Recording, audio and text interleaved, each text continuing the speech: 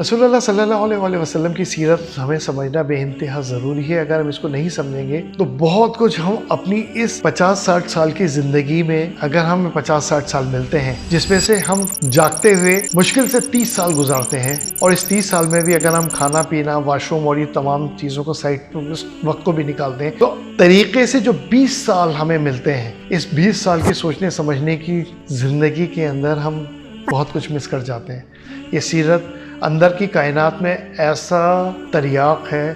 ایسی دوا ہے جس سے آپ کی روحانی زندگی اور جسمانی زندگی دونوں، اس کے اثرات دونوں طرف آتے ہیں۔